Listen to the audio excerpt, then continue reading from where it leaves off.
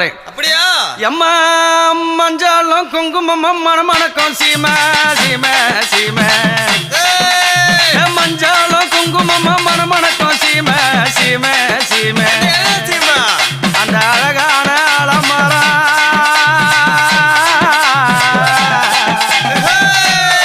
அம்மா அழகான அலமராத்தான நீராகி ஊத்து தண்ணி வெள்ளமாக வந்தா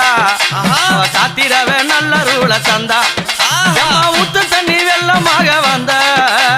காத்திரவே நல்ல ரூல தந்தா எம்மா